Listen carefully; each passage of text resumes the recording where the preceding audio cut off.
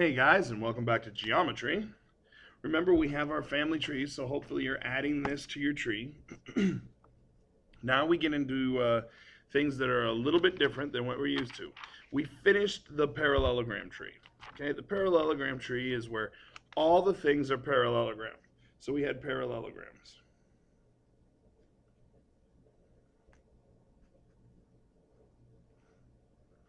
Okay, now this is just a review. You should already have this on your paper. Okay, from from the beginning of the chapter. So you had parallelograms and you had their 6 rules, right? So we had opposite sides are congruent, opposite angles are congruent. Same side interior consecutively add up to 180, right? Diagonals bisect each other. 2 pairs of alternate interior angles. And the last one was 1 pair of sides that are both parallel and congruent. Okay, so that's what makes parallelograms, those 6 rules. Then we went into rectangles and rhombuses. And we learned that a rectangle, by definition, has 4 right angles. We learned that a rhombus, by definition, has 4 congruent sides. And then when you put them together, they make a square. Okay? Which means a square has 4 right angles and 4 congruent sides. Now that's the definitions. Okay? Just like the definition of a parallelogram is opposite sides are parallel. So you have opposite sides are parallel, and it's 2 pair actually. 2 pair of opposite sides are parallel for the definition. You have a rectangle, and its definition is 4 right angles. You have a rhombus, and its definition is 4 congruent sides. And then you had the rules for rectangle and rhombus. The rules for a rectangle is that the diagonals are congruent, and the rules for a rhombus are the diagonals are perpendicular, and the diagonals bisect all the angles. Okay? And we know that if we have one of those rules or definitions from each, that's what makes it a square. Because a square has all of these things. A square has all of them. So you have to be very careful, because in order for you to call it a square, it has to have these 2. All right. So that's just a brief recap. Now we're going to talk about one branch of the family. Okay. So you had quadrilaterals, and then there were parallelograms. Okay.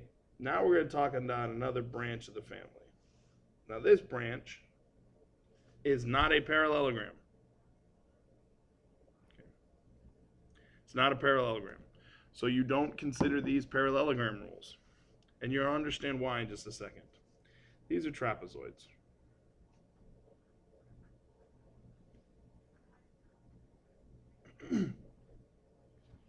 And trapezoids are very unique because the definition of a trapezoid is only 1 pair of parallel sides.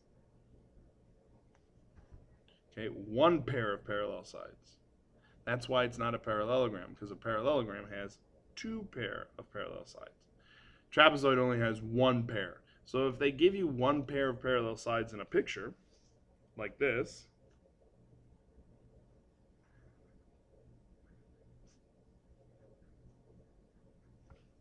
and they say, what kind of shape is that?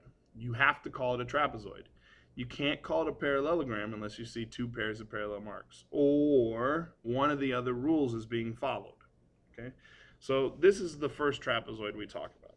Okay, and the rules with trapezoids is that, and I'm going to show you, and you have to be really careful. Remember, same side interior angles are created by the parallel lines. So in this one, you'll have 2 pair of same side interior angles.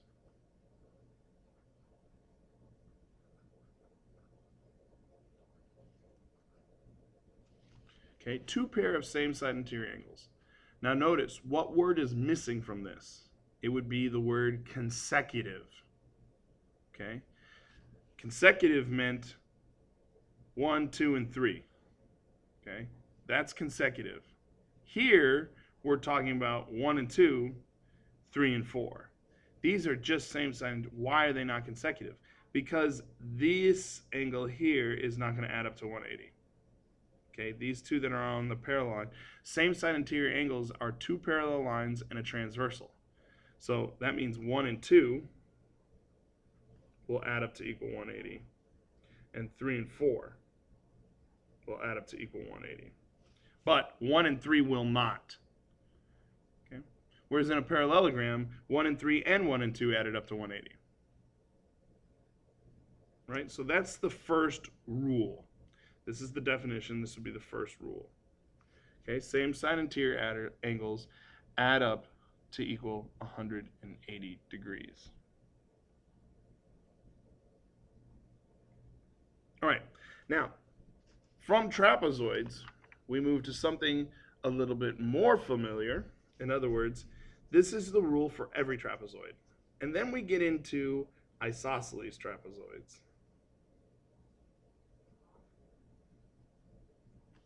Okay? And an isosceles trapezoid is a more specific trapezoid. So it's like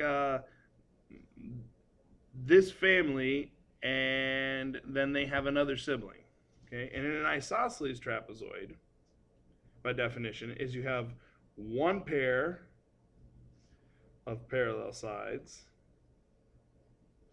and one pair of sides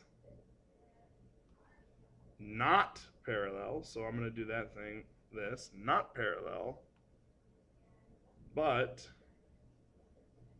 congruent. And why is it important that the congruent sides are not parallel? Because if you have one pair of parallel and congruent sides, it's now a parallelogram. So that's why it's important that this definition, that you know it, isosceles trapezoid, is one pair of parallel sides and one pair of sides that are not parallel but congruent, or are congruent but not parallel. You can say them in either order, it doesn't make a difference. All right, and that looks like this. That is what an isosceles trapezoid resembles. Okay, so this is the definition again. And then we add a couple more rules. Okay, so we actually have 3 rules that go with an isosceles trapezoid. Okay, so this first rule still exists. We're talking about 3 additional rules. Okay? So this rule makes a trapezoid, but these last 3 rules will make an isosceles trapezoid. All right, so if they tell you it's a trapezoid, and then they give you one of these rules, you now can tell me it's an isosceles trapezoid. This is where we get a lot of the rules, and they start to sound the same. So it's important for you to draw flashcards and have them so that you can reference them. So this is the definition. So now I'm going to go over and I'm going to write the rules for a trapezoid. Okay. This is still 6-6 part 1.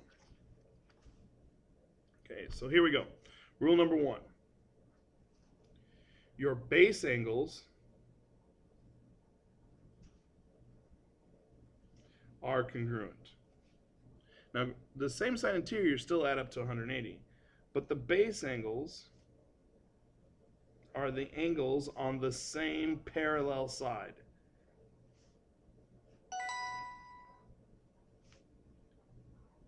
Okay, so this side and these are the parallel sides. The base angles are the ones on the same side of the shape, connected to the same parallel line. So this angle and this angle are equal, this angle and this angle are equal. Now, these two still add up to what? 180. These two still add up to what? 180. It's just that the rule for an isosceles trapezoid is that your base angles are now congruent. That one's a relatively easy one. Okay. Next one, 2. Now notice it looks similar to opposite angles are congruent, but they're not opposite, they're base angles. Okay? And this shape they can try and mess you up by turning it sideways or even upside down. So you have to know that what that shape looks like. All right? Second rule is that your diagonals are congruent.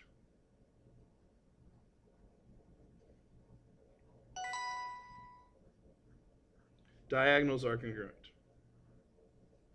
And that looks like this. And they'll have to tell you. They won't put congruency marks on there. They'll say AC is equal to BD. Okay? There are no real congruency marks you can put on this one. It's just that your diagonals are congruent. So you're going to tell you the name of the diagonals and say they're congruent, and you're having to go, oh, that's a trapezoid. Now, why do you have to be careful? What other shape has diagonals that are congruent? Correct, a rectangle. So, only knowing part of it can be confusing. If they say it's a quadrilateral with diagonals congruent, then it could be a rectangle and it could be a trapezoid. If they say parallelogram, that means it has to be a rectangle. If they say it's not a parallelogram, then it would have to be an isosceles trapezoid. Okay, so knowing all these rules are really important, and then reading the question carefully, because the question and the words in the question give you a hint to what type of shape it's supposed to be. Okay, so diagonals are congruent. Now the math is always, the easy part. You're adding things together to equal 180, or you're putting two things equal to each other. That's not going to be the hard part. It's going to be the words, okay, in the questions. All right, number 3, the third rule.